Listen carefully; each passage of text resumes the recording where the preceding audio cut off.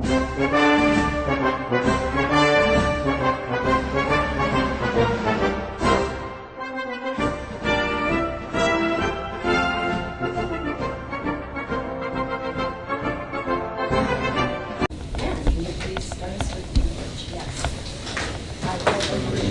the flag of the United States of America and to the republic for which it stands, one nation, under God, indivisible, with liberty and justice for all. Okay, if I can please have approval of the minutes for the regular meeting, March 14th, 2017. All in favor? Aye. Motion carries. Okay, we are going to go right on to our fabulous federal consultants. How are you? Good morning. Good morning. Good morning. Thank you all for letting us call you this morning and give you a brief update. I'm just going to kind of let you know what's going on. I'm sure some of you have been able to follow it. There's been a lot of activity, but feel free to interject with questions, or we can just wait to the end and you can ask questions at that point. As many of you know, I'd say the big item from last week was that the House passed their repeal and replace of Obamacare. At this point, it's passed the House. It's got several steps to go. It now goes to the Senate, where a lot of folks believe what was passed in the House will have to be moderated. And then once the Senate passes their version, the Senate and the House will have to reconcile the differences. So that's another step. And then it will go to the President's desk as long as he is agreeable to all those changes. So there was a major step that took place last week, but there's a lot of work that still needs to be done. Some folks think before August, some think it may take longer. We'll probably know a little more as the months and the weeks move along. The other big item of note was the signing into law of the fiscal year 2017 spending bill. The package was roughly $1.07 trillion. It funds virtually all the programs that are important to the county at fiscal year 16 levels or above. That includes programs like Fast Lane, which is the freight competitive grant program out of DOT. That will be funded at roughly about $800 million, $840 million, depending on whether that takes a haircut and the administrative costs. So that's a win. The Tiger Plan was funded at $500 million, which was a compromise between the House and Senate funding levels. CDBG was funded at roughly $3 billion, which is along the same lines as before. Community health programs were funded at virtually the same amount, with slight upticks in different areas. The Workforce Investment Board related programs received similar funding to 16, so the Workforce Investment Board will see similar money, and you'll be able to do similar great things. Cops hiring, DOJ burn, across the board, a lot of funding is very similar to 16 with slight upticks. Very few programs took a decrease. And of course, what's very important to you all is that there's an emphasis on funding opioid related programs, both in the Health and Human Services and the Department of Justice. There's roughly $800 million in HHS to deal with the epidemic. Some of that will be going to the states, but some will be available for competitive grants that I'm sure the county will want to utilize. That was a big step. They were able to come to an agreement, the House and the Senate, and send the bill, and President Trump signed the bill. They'll start their work on fiscal year 18. I'd say that they're behind right now. As you may recall, we sent along some information last month on President Trump's skinny budget. That only had a few items and details.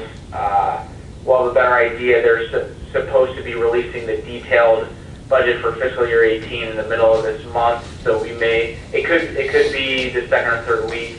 So we'll have a better idea of that. And then of course Congress has to move along their spending bills and come up with a budget. So there's a lot of activity, and not to mention, there's the tax reform that the House is starting to work behind the scenes on. President Trump put out his principles a couple of weeks back that we sent along to you all. Not much meat on them. Wants to lower the rates, repatriation, increased child care tax credit, but not too much else included.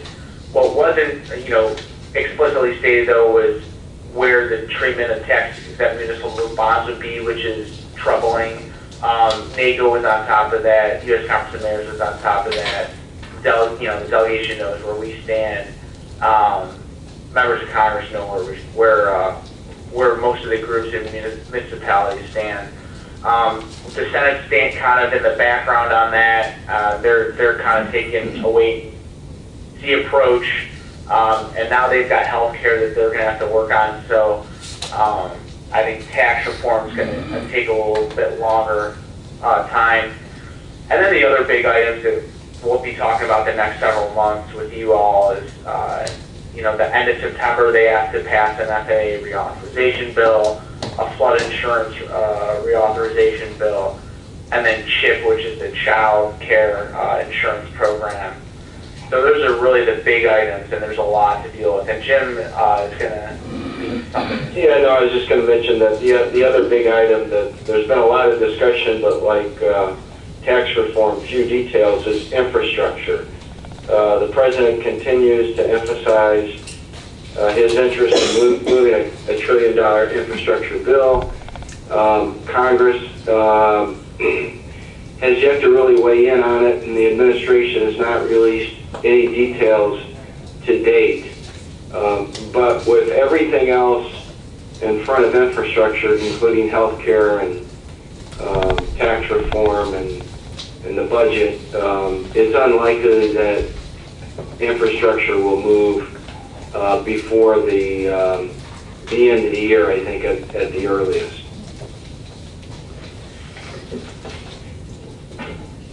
That's as concise a wrap-up as we can do. Are there any questions? Ken Harris has a question. Yeah, I've had a question regarding repeal and replace. It goes to the Senate, and you said they need to reconcile the House and the Senate. What's the chances of that's taking longer, or what's the feel in Washington if it's going to go through, or what would be the next step if they don't come to an agreement? Well, that's the million-dollar question. As Brett reported, the House, finished its version of repeal and replace last week.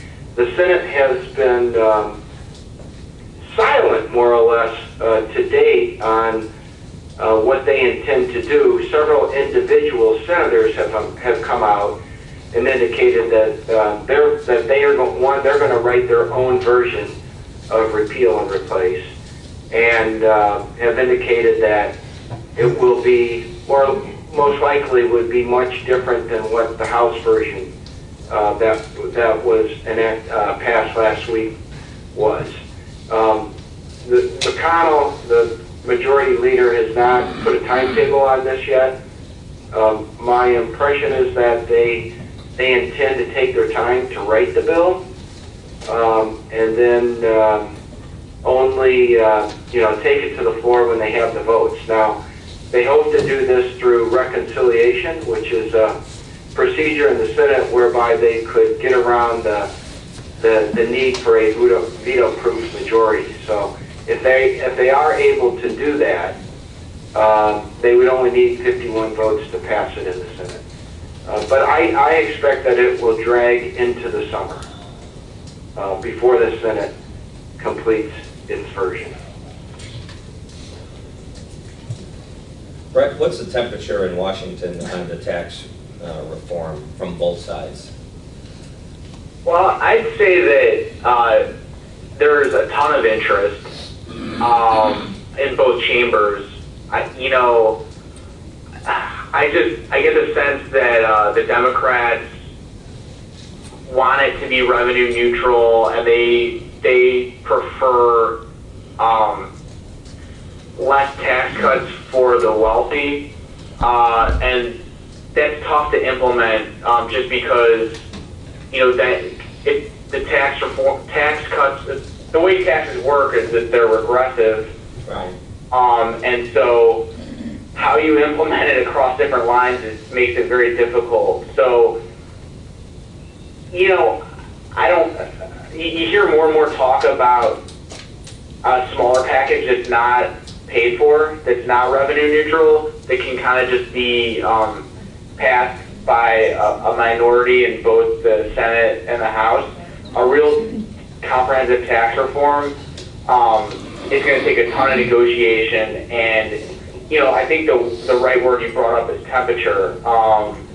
There's not a whole lot of agreement between Republicans and Democrats in general, so to come for them to kind of coalesce around something really comprehensive, it's going to be very difficult. Yeah, the president, has come out with a proposal to reduce corporate rates to 15%, and that would be very, very costly. And he's proposing to do that by eliminating a lot of deductions and credits that are currently embedded in the tax code. I think the Democrats would like to see more emphasis put on individual tax cuts, and I think they'd also like to see some portion of the overseas profits, corporate profits that are parked around the world, come back to be repatriated and put towards infrastructure. So I think there's clearly, as Brett said, there is an interest on both sides of the Capitol and on both sides of the aisle for tax reform, but obviously they put their priorities and emphasis in different areas. I think there clearly is an opportunity here, if they wanted to do a bipartisan bill, that there could be something for everybody. I agree, and I think there was some things they were putting in as sweeteners. But when you get into the repatriation and the corporate tax rate kind of go hand in hand. Because if you're not going to mess with the corporate tax rate, because you're going to be focusing on just the individuals, then the money's going to continue to go overseas. Just because you repatriate it back, that doesn't, to me, it's a catch-22. You're going to have to work on both sides of that equation. Yeah. Yeah, right. As you know, it's a complicated field, and it will take time, a lot of negotiation, back and forth to reach that right equilibrium to move a bill. Right. Thank you. Is there anyone else that? Any more questions? All right. No, I think you did well. I capped it as well as we can. I know there's a lot of confusion and a lot of balls up in the air. So, but you did good. We'll keep in touch. We have our meetings. We'll have our visits in a couple weeks. I'm really looking forward to that. Really quick, and that just reminded me, I know Don Moran on his own time, he was down there for another reason. You went on a couple of visits. How did those go? How was the reception on? Very well, yeah. I accompanied Don to several of those offices, and we got a very warm reception and a lot of interest, and there are some new people, obviously, in the delegation as well as new staff, so it was a good opportunity to educate them on Will County. Great. All right. Well, Jim, I think we're set here, so we're all settled. All right. Thanks, everybody. Thank you. Have a good day. You too. Okay, so now I am going to call down in Springfield. I feel like I'm on a talk show right now. Now we're going to go on to the next. Oh, do I have to dial 1 first? Yes, 19. 9 1 or 9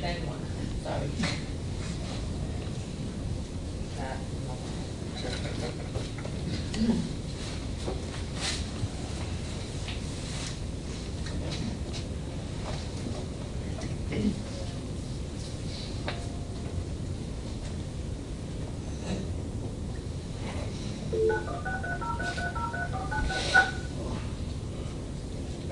to the next caller.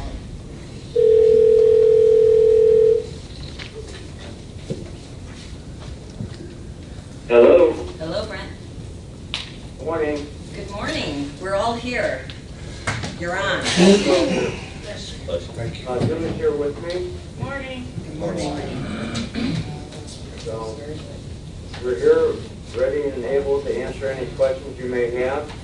Well, what fabulous news do you have for us down in Springfield? Anything going on that we need to be aware of? A couple of the issues that we've talked about, the CCDD issue is still kind of being held up in committee. We really haven't had an opportunity. As you know, Margot and Emily both had bills, and then we put some additional language onto a shell bill, which we had to change to basically meet some of the concerns of the AG's office. That still got sent to subcommittee. We're having a little tough time in the committee. But as you're aware of, or maybe not aware, but a week or two ago, the EPA came out and did some they actually went out and tested and did surprise, I don't want to call them surprise visits, but visits to all the sites that are in Illinois and did sampling. I know Dean did the sampling in Will County, and we're still waiting for the results. That was the EPA being proactive and going out there and checking on these sites, which is a good thing. We're drawing some attention to look at standard practices that we've been using and see what's happening. So we're waiting to see the results. I'm not sure if Dean is there. He might know more about it than I do. And then Friday there was a amendment to House Bill 1417 that deals with electronic recycling. Marta has been down here for all the meetings. I'm not going to suggest an agreed to amendment, but they filed an amendment with all the meetings that they've been having, coming as close as possible. I'm sure it might be tweaked again, but I'm not exactly sure where everybody stands. It was filed on Friday on Senate Bill 1417. Pam Altoff is the sponsor. Other than that, those are a couple of the issues that have been being worked on. Have any questions other than on those subjects or on those subjects? I know, well, I talk to you 2 hours a day. I've asked all my questions. Is there anyone else that has questions on that? I have a couple, yeah. Really quick, Nick had brought something to my attention. There was a House Bill 2591, and it was a Criminal Traffic Assessment Act. And nothing that has been on our radar, but it was flagged by another county and reached out to Nick Palmer. So if we can maybe, I don't know, I'm not going to put you, Johnny, on the spot, because I'm sure you're looking at that number going, okay, Julie, what is this about? I know it was a mix.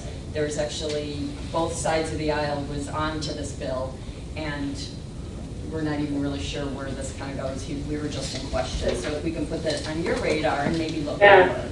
Suzanne, it's Julie. So that bill is in the House Rules Committee. It was introduced, looks like it was introduced on April 20. Well, no, it was introduced earlier this year, but it was sent back to Rules Committee April 28th.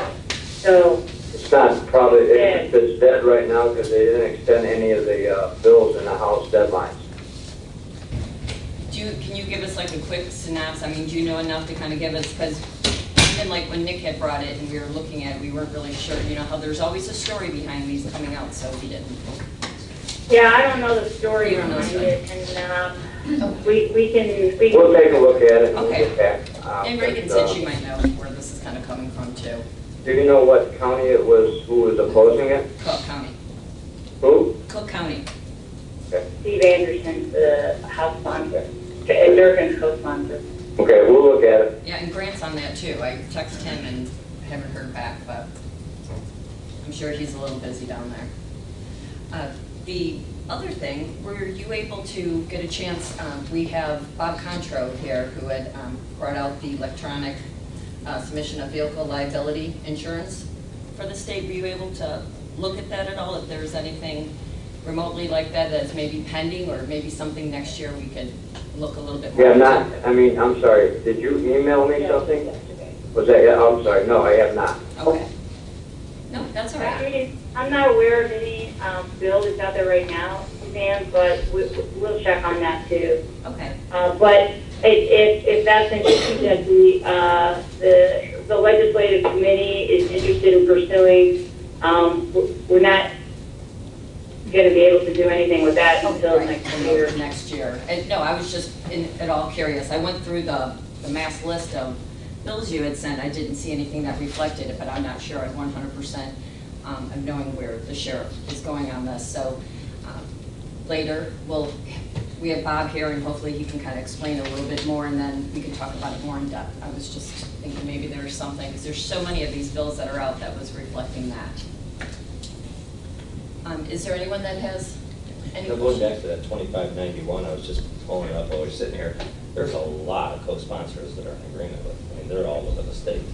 Yeah, well, that's That's pretty interesting. So basically what it's saying is that the defendant may petition the court for a full or partial waiver of the court assessments imposed on them, and they could be... Reagan, do you want to talk on this, because I know you said you... With 2591, the intention behind the bill is to streamline the court fees.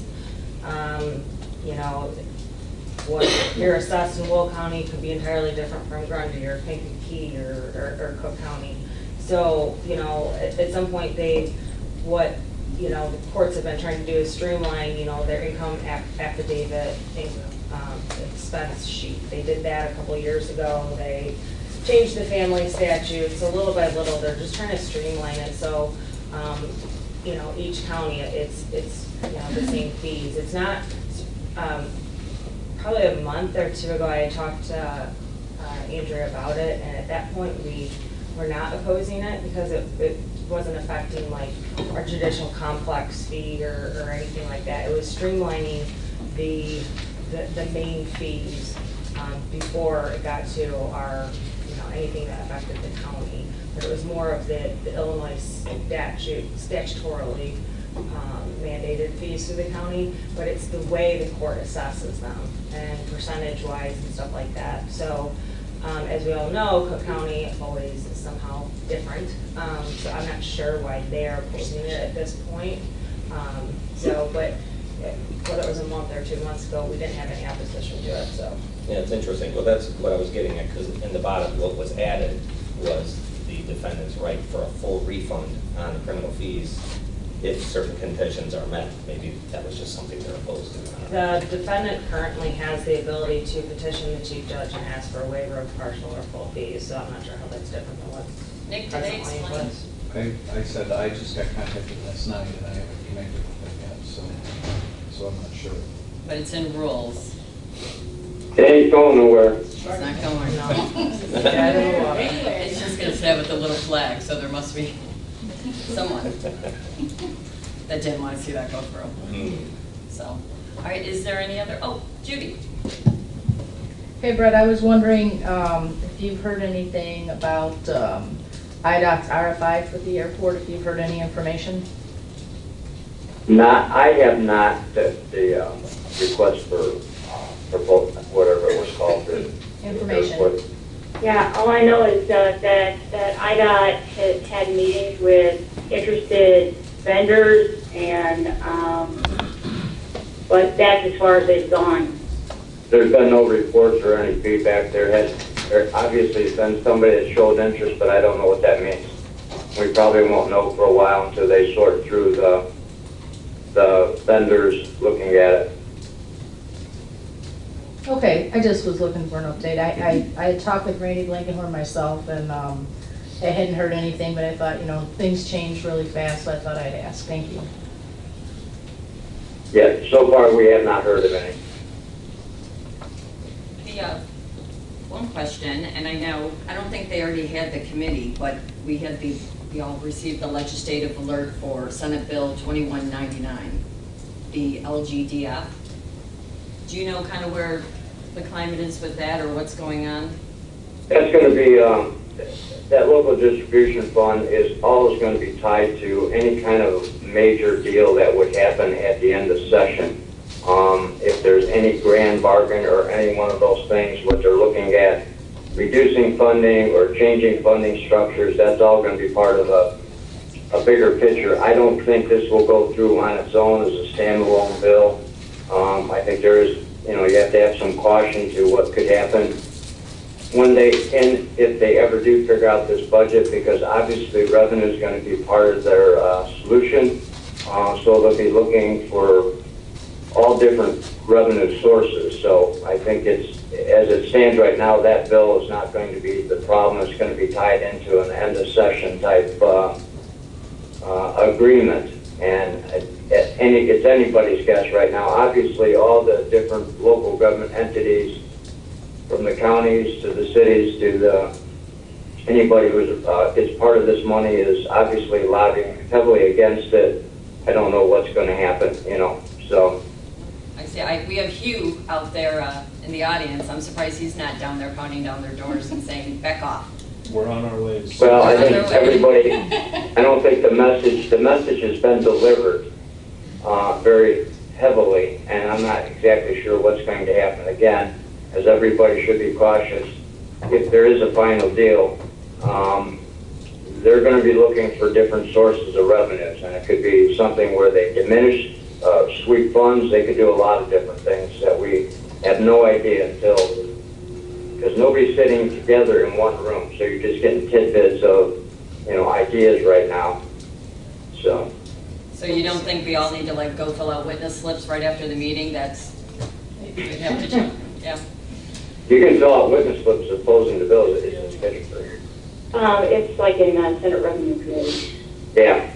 And I don't think it hurts to fill out witness you can slips. fill out witness slips. I think we should. I was just looking right here, and it was having, the link that was, the email that was sent yesterday shows you the link that you can get on and do the slips. I would like to actually see our committee and our whole board as a whole kind of get a little bit more involved in having our name out there. The more we can get Will County, in general, the better, and we can help our two fabulous consultants in Springfield.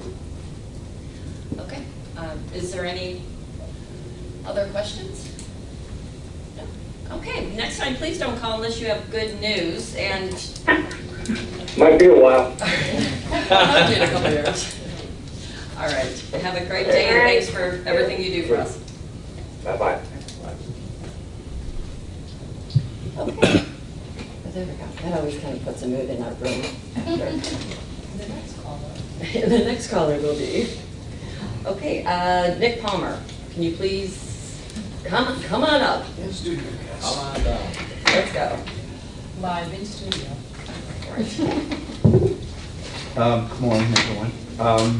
Suzanne asked me to give a quick update on the federal agenda. As you know, it seems like we passed it forever ago, but we have a scheduled trip later this month, a very small group, Suzanne, Jim Eustis, and myself, and then our lobbyists. And they're in the process of setting up meetings. I know they already have a meeting set up with the Department of Transportation, and they're working on finalizing dates with all of our delegation, and I expect we will have some other agencies we'll visit.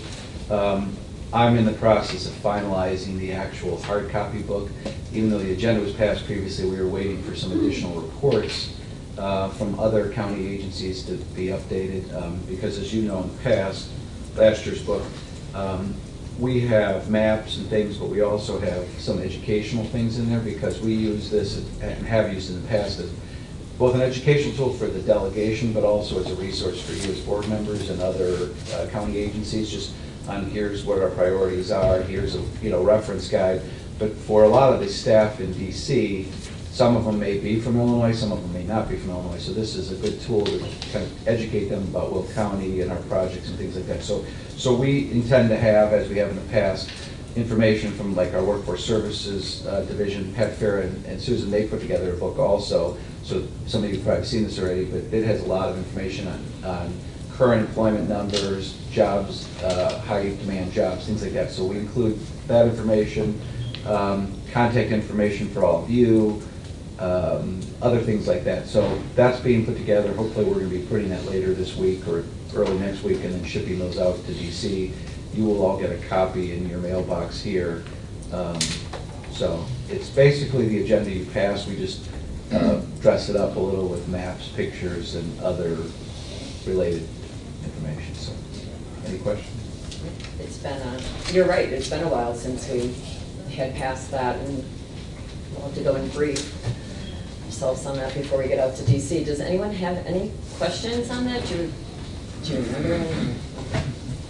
It's all the things that Brett just talked about, our infrastructure, Right. the tax issue, the municipal bonds, all the issues that are in Washington. I mean, the healthcare stuff does trickle down to our local agencies and hospitals and things like that, so that's obviously a hot issue, but the tax issue is a big deal for us. A lot of our board members I know are very engaged in that, but those are all in there. But we're also, I expect when we go to DOT, we're going to talk about I-55 and I-80 widening. The Humboldt Road Bridge isn't really federal funds, but still we talk about it as a public-private partnership, which is good. I-80 is a disaster. And I would encourage them to come on out. I'd even pay to fly them out here to drive that road for 15 minutes. And it's just absolutely a disaster. It needs to be fixed. It's unsafe. I mean, the other day there was a pothole that, I mean, if you're driving a small car, I think you could almost lose your car in the darn thing. It's about time they step up and do something. I think that definitely the IDOT folks know that, but even the folks in DC know that, but without a transportation bill that has actual money, not credits, I mean, that's been the problem, is there's not a major bill to fund, and the state isn't gonna come up with a capital bill anytime soon, so it's really, we're relying on federal funds to do that, or else it's not happening. Right. But you're right, they had talked about that when we were in NACO in DC for the legislative committee of, here, this is what our vision and how we want to do, but now, here's our options of paying. Like, how are we gonna do this? Are we going to tax? Are we going, are we borrowing? Are we gonna go? No one Without had an that. increase in the gas tax or some Increasing, other. right, they were I mean, talking that's- about the gas. That's what Brett was talking about, is a repatriation. I mean, that was one of the ideas that's been thrown around, is if you can get a large infusion of people repatriating their money back into the country, then you'd have a funding source. But without a new funding source at the state or the federal level, there is no revenue. And the good thing for Will County is we have the ability for public-private partnerships because the private sector is willing to invest. But if you're a downstate county, you're never going to see it. I mean, those credits mean nothing to you because you have nothing to pay it for it with. So. We're talking how many trillions of dollars are overseas? Was I it don't 6 know. or 8? I can't remember the number. But I mean, a 10% repatriation on $6 trillion, it was a lot of money to be used for infrastructure. We could Close use, to two double digits, wasn't it? Maybe it was. That's what I'm saying. I don't remember the exact number. But these corporations, and I know everyone, there's two sides of the issue, and I understand it's a philosophical one. But when you're a company and you're going to get charged 38%, or you can send it overseas for 10%, 15%, they send all their money there. And once that money leaves the country, it's no help to any of us. It's no help to our citizens, our residents, anybody. So to get it back in the country would be a massive start to start, putting some infrastructure back together, getting some people working, a lot of good things. And I understand the two sides of the issue, but at some point, I mean, it's just makes fiscal sense to get that money back here. Well, we have that, and then I wanted to ask them about, they were talking more so, I know, Art Frizzle's really been working on this with the municipal bonds, finance, and that as much as, or anyone can explain it, I just don't even know why it's on the burner to be possibly taken off, so. It's on the burner because we're responsible. So at the local level, we have to be responsible and pass a budget that works, that's balanced. And so as we're planning for these rainy days and we have funds and we're saving money, they're saying, hey, you know what, we have not been responsible. Let's take some of their funds away because they know how to do it and they're responsible. It's just childish. I didn't even get that, I guess I'm just saying, Phil, I didn't understand that. Did you have a question, Judy? No. Did you put your No, hand I up? just, All right. I just gathered in my hand. We're gonna really have to come up with some fun subject for legislative committee or I'm gonna lose you all. Are any counties opposing that, I mean, obviously all the counties are opposing Senate Bill 2199 for the LGD funds. Right. But are they doing resolutions in opposition, or is anybody getting out on the forefront? Do you know that if any, or even municipalities are coming out with resolutions, or has the governmental league came out? We're opposed to it, and I think, as Brent said, we don't see that bill going anywhere on its own. Any changes to LGDF are most likely just gonna be something that we see when they say, hey, here's what the budget deal is, we're gonna vote on it in 20 minutes. Kind of right along with property tax freeze? Well, yeah, hopefully both of those won't come to fruition. And you know, the municipal league, all the cogs, you know, we really are leaving as soon as this meeting's over to go down there and once again reiterate, you know, what a property tax freeze and LGDF cuts will do to local governments, and all the cogs are doing the same thing. There's a rotation of mayors down there every week, so the message is getting through. It's just, what do they need to come up with revenue-wise at the end of the day? And I know Taylor from Illinois Association of County Board Members, I know he's been hitting out, that's what they're throwing out the, you know, the alerts, and I know Taylor's been on there, coming out with our association as the counties as a whole, of course, being, and these guys, they're, say what you may about any of them, both sides have smart, intelligent people. They know this is not. Yeah, I think these last couple bills that came out that were like a cuts-only version of the budget were more a discussion point than actual proposals.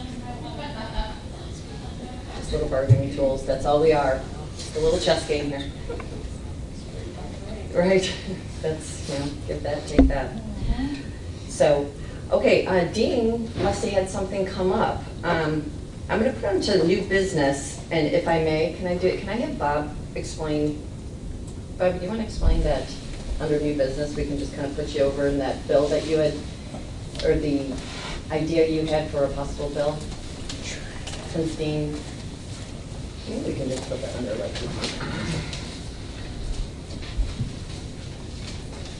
Good morning. We wanted to do some further research, and I don't know if the legislator wanted to do something. We were looking at some type of database like other states have, where the insurance is placed into a state database, so when the vehicle information is run, it actually lets us know if there's insurance on the vehicle or not. We've got a lot of people who forget their insurance cards, and we wind up issuing them tickets, and they go to the circuit clerk's office, and they get those tickets quashed. We also have fraudulent insurance cards that are being produced out there, but obviously there's a cost somehow to the state, so I'm not sure if the insurance companies split the bill in these other states for this database, or how it's actually done. So that's just something we were considering for our law enforcement. What's that? Don't write the ticket.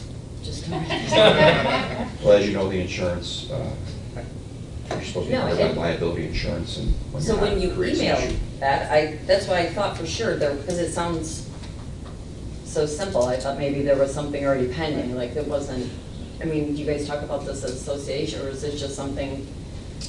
Something we've discussed in the past, but Okay. obviously there's got to be a cost to it, because I'm not sure if it's electronically sent from the insurance companies into a database. Oh, okay, there, now we're talking, okay, Dean. I'm sorry. All right, now I think we should look at it, especially when we can kind of, we're not going to put it on the back burner, we're going to discuss it, but this will be something that we'll have for next year, Bob, so let's kind of move with that, because that sounds, yeah, it sounds like a great idea. Other states are doing it, so obviously it's working in these other states. All right, yeah, so we don't, I like that. We wouldn't be reinventing the wheel. Right. And you I'm all have about to carry that. your insurance card because your vehicle is insured, not the person. Right. I'm also, I have gone and sent to the legislative board over in NACO to see what states and what others are doing on there as well, so. We'll get Thank some, you. we'll gather the information and go from there. Thanks. I like it. Dean, did you want to really do this? I don't, I didn't realize I was supposed to be here, sorry, but, did you want to know what's going on at the Right. CCPD site? Yes. Well, Well, because we have a couple bills that are kind of so you hit the hit the star? stuff. Yeah. Well, I didn't know if you wanted to know what activity was going on, or did Well- you just want to know about the two bills? The two bills, so. Okay. Brent and Julie had called in and kind of, we talked about the groundwater, and we know, with the new verbiage and language, that's all gone. in setting the rules. We all know what rules, but then I know there was another bill that came out that we were discussing when I was in Springfield last week, that came out on, with Senator Hastings. Yes. That bill, I believe, is the one that allows a CCDD operator to close a portion or all of their site, and basically kind of be exempt from regulations within a certain, I don't know, parameter, you would say, maybe with performance bonds, closure, a financial instrument would post. The problem with this, obviously, is they could turn a property over to someone and then not be responsible for it once it gets turned over. They could turn it over to, I'm just guessing, turn it over to another company that maybe they're not affiliated with, and then, you know, have some kind of deal with them. The one thing that did improve from the beginning of this bill was the EPA must have weighed in, somebody weighed in, and said, here's a performance bond, you must have something. Now, if we don't have any groundwater regulations, then down the road, I mean, the performance bond is only gonna cover what they're required to do, probably not groundwater, because they don't have any groundwater requirements. So that's the other problem. Plus, the counties or the municipalities have zero say in this. Well, and it's also You know, saying in this too. bill that we don't have to be notified. Isn't that another, like, Right, that, exactly. like, that Oh, right they there can just needs do to be it. pulled. Yeah, I mean, now granted, because we inspect these sites, we would probably get the notice that it was happening, but that doesn't mean that they're gonna not do it. I mean, the EPA pretty much issues the permit. I mean, they'll issue the permit to anybody a lot of times, so, and because they're afraid of appeals and losing appeals, so, I mean, we could. Do you remember the number of that? I could be wrong, but House Bill 2880 maybe, I'm just gonna guess, that may be it. I mean, you'd have to look it up just to be sure. But, yeah, that bill is a little scary, because about 5 years ago, one of our CCDD operators tried to go back in time and be exempt from regulations from 2008 when we first started doing this. So that was scary. We had to kill that bill too. We had the state's attorney on that one to help us. Bill Mock helped me kill that bill. Because it was just ridiculous, you know, to say that you're not supposed to follow regulations and everybody else is. So, anyway, that bill does scare me. The So other it's one, postponed. what's that? Is it postponed now? I know Julie had said she was gonna do her best when I think I talked to her on Thursday about it. Julie Curry. So, I don't know about the other bill at the moment. It In was. rules? Yeah, is the CCDD bill in? With the groundwater or this The bill? groundwater is The ours groundwater, still? so, It's in which rules was right very, we kind of had our hopes up a couple weeks ago. Yeah, Because it looked, you know, went back and forth, got the new language, and Emily McCasey had it, we thought this is good, she's coming back, get that over, and it Sure. was, once again, an environmental, and the chairman wasn't in favor of this, sure. and it got thrown back in rules. Oh, that's too bad. So Well, it's gonna- the chairman, I understand, is pretty friendly with the Yeah, industry. yeah. That's my understanding, So and that's that's as probably long why as- it's not moving, yeah. Right, so, I So, mean, it's, yeah. I mean, for it to even get this much recognition and press, Yeah. and people are Yeah. talking about it, and we're grabbing, Mhm. you know, sponsors that are from north, you know, we had some up there in the North Shore Yeah. that are getting attention to this, so Sure. it's gonna be, I'm not completely calling it gone, dead, but this year possibly, so. Yeah, I had heard that maybe we could try to work it out over the Next. summer when Right. things die down on the other side. And then they're also with electronic recycling, I know there's been Yes, there was, 14, 17. yeah, and Senator Altoff, Yes. because Emily's been kind of in and out a lot, she kind of took the bull by the horns, and she made sure at the last meeting, last week, that a lot of things that we were hoping to get, I believe she was able to accomplish, because the industry was, the manufacturers are always trying to not pay. So I think we got a lot of those bases covered. There's still a few details that we haven't, it's not gonna be perfect, but hopefully we'll get this passed. That everything will be the same next year if this bill passes the way it is now. In 2019, things will start changing to what they would call convenience standards, which makes it more statewide. A lot of the electronic sites tend to be concentrated up in the north part of the state, northeast, and now there'll be more, we'll still have our same amounts that we have, but there'll be more spread out if that bill passes. So there'll actually be a lot more electronic recycling. And there's been another bill too, but that was really to give us another option down in Peoria to get rid of the TVs and the monitors that have the lead in them. So we've been working with that gentleman, Peoria Disposal, for a while to make sure that that option is available, because that'll lower costs for everybody. But the problem is I think the model that we're in right now is probably gonna have to stay, because the manufacturers and everything, we have to pack. We have to get it ready, and then it goes to the processing plant. In the old days, we could just have Kuzakowski or Vintage Tech, Plainfield come by to all of our sites, and they could be a mess, really. People just throw stuff, and they'll pick it up, clean it up, and then bring it back and process it. We have to box it all up in a nice neat bow and then send it down, so we have to pay people to do that, so. And they ship it out to Israel, like where? Well, it was Spain. Some of the stuff was Spain for some, yeah. I'd say just go to Arizona and build a wall. Use it for something, right? Yeah. So anyway, I apologize again for not being here earlier, so I'm glad Nick texted me. Thank you, Nick. That was Nick. Good move. Is there any other new business? We have no need for executive. Public comment. Is there anyone for public comment? Okay, nothing. I would just need a motion to adjourn. All in favor? Meeting adjourned.